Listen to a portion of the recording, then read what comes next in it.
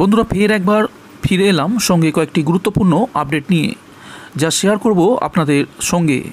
আশা করছি সম্পূর্ণ ভিডিওটি দেখার পর আপনাদের মূল্যবান মতামত থাকলে অবশ্যই আমাদের লিখে জানাবেন। বন্ধুরা আজকের প্রথম আপডেটটি হলো, পূর্ব রেলের ঝিল সাইডিং ডিপোতে বন্দে ভারত এক্সপ্রেসের মেনটেন্যান্স ইউনিট তৈরি করা হলো। এই ইউনিটের উদ্বোধন করেন পূর্ব রেলের জেনারেল ম্যানেজার অরুণ অরোরা। তিনি বলেন, অত্যাধুনিক এই কোচিং কমপ্লেক্সে বন্দে ভারত এক্সপ্রেসের মেনটেন্যান্সের কাজ করা হবে। ত্রিতল বিশিষ্ট এই কোচিং কমপ্লেক্সে ট্রেন ঢোকার পর নিচের অংশ, মাঝের অংশ এবং ওপরের অংশ বিভিন্ন তল থেকে দেখা যাবে। প্রথম পর্যায়ের কাজ উদ্বোধন করা হলো। খরচ হয়েছে 140 কোটি টাকা।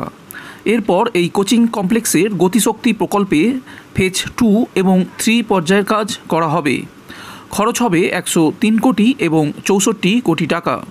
এটি তখন বন্দে ভারত এক্সপ্রেসের পূর্ণাঙ্গ কোচিং কমপ্লেক্সে পরিণত হবে, যেখানে 18 কোচের ট্রেন সম্পূর্ণভাবে দেখভাল করা হবে।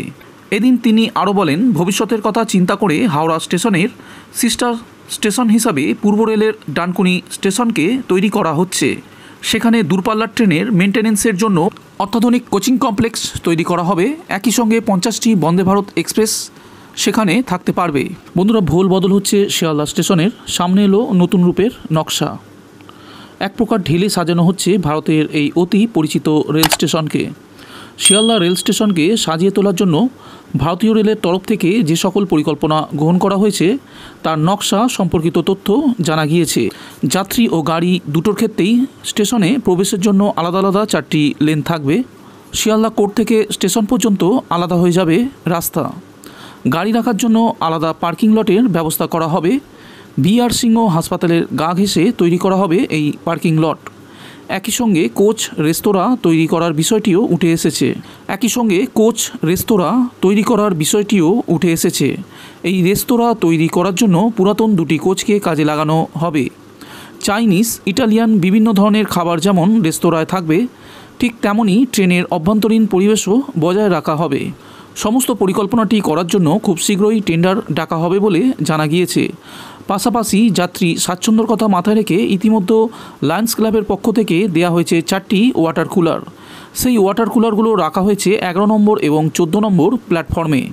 তবে শিয়ালদা স্টেশনের পরিকাঠামো বদলের ক্ষেত্রে যে সকল পরিকল্পনা গ্রহণ করা হয়েছে সেগুলো বাস্তবায়িত হলেই যাত্রী স্বাচ্ছন্দ্য বেড়ে যাবে, তা বলাই বাহুল্য। বন্ধুরা আজকে 3 নম্বর আপডেটটি হলো, আগামী সোমবার মহাবীর জয়ন্তী।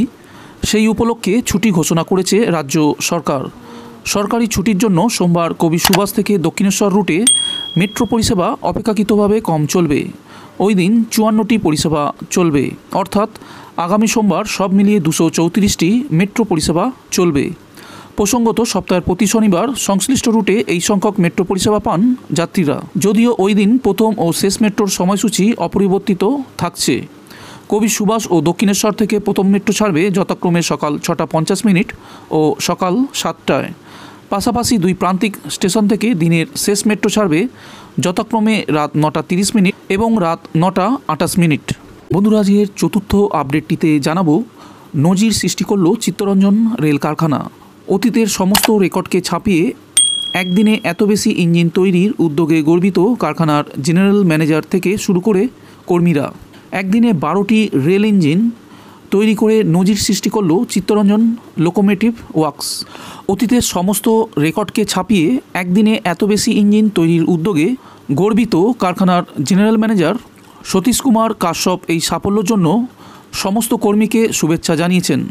লোকো রেল ইঞ্জিন তৈরিতে বারবারই চমকে দিয়েছেন চিত্তরঞ্জন রেল ইঞ্জিন কারখানা। এর আগে 2বার লিমকা বুক অফ রেকর্ডে বিশ্বের সেরা ইঞ্জিন উৎপাদক সংস্থা হিসাবে নাম তুলেছেন তারা। শুধু তাই নয়, নিজেই নিজের রেকর্ড ভেঙে বারবার চমকে দিয়ে এই কারখানা এবার একটি কর্মদিবসে 1 ডজন রেল ইঞ্জিন বানিয়ে ফেলল চিত্তরঞ্জন রেল কারখানা। কারখানার সুদক্ষ কর্মীরা চ্যালেঞ্জ নেন একদিনে এত ইঞ্জিন তৈরি করবেন, যা বিশ্বের কোনো সংস্থা করেনি। সেই মতো অক্লান্ত পরিশ্রমে তারা 12টি রেল ইঞ্জিন প্রস্তুত করে একটি কর্মদিবসে। তাতেই নজির সৃষ্টি করেছে। কারখানা কর্তৃপক্ষের দাবি, পুরো বিশ্বের কাছে এটি একটি নয়া রেকর্ড।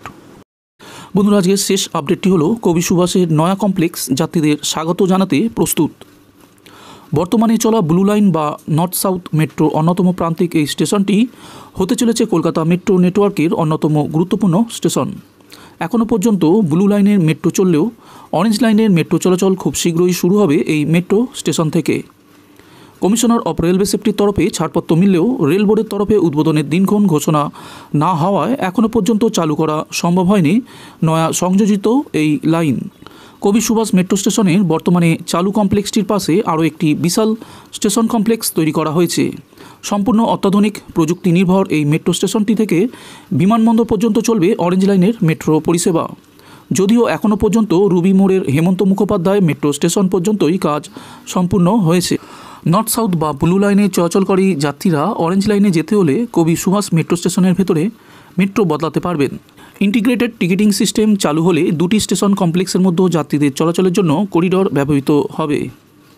প্রস্তাবনা স্তরে থাকলেও পরবর্তী বারুইপুর পর্যন্ত মেট্রো সম্প্রসারণের কথা মাথায় রেখেই তৈরি করা হয়েছে কবি সুভাষ মেট্রো স্টেশনের এই নয়া স্টেশন কমপ্লেক্স। সুবিশাল এই কমপ্লেক্সটির অন্দরসজ্জা কার্যত চোখ ধাঁধিয়ে দেওয়ার মতন। স্টেশনের বাইরে এবং বেসমেন্টে থাকছে পার্কিং ব্যবস্থা। পূর্ব রেলের শিয়ালদা দক্ষিণ শাখার স্টেশন নিউ গড়িয়ার সঙ্গে কবি সুভাষের দুটি কমপ্লেক্সেরই যাতায়াতের রাস্তাও থাকছে, যাতে ট্রেন থেকে নেমে মেট্রো বা মেট্রো থেকে নেমে ট্রেন ধরতে যাত্রীদের কোনো রকম অসুবিধা না হয়।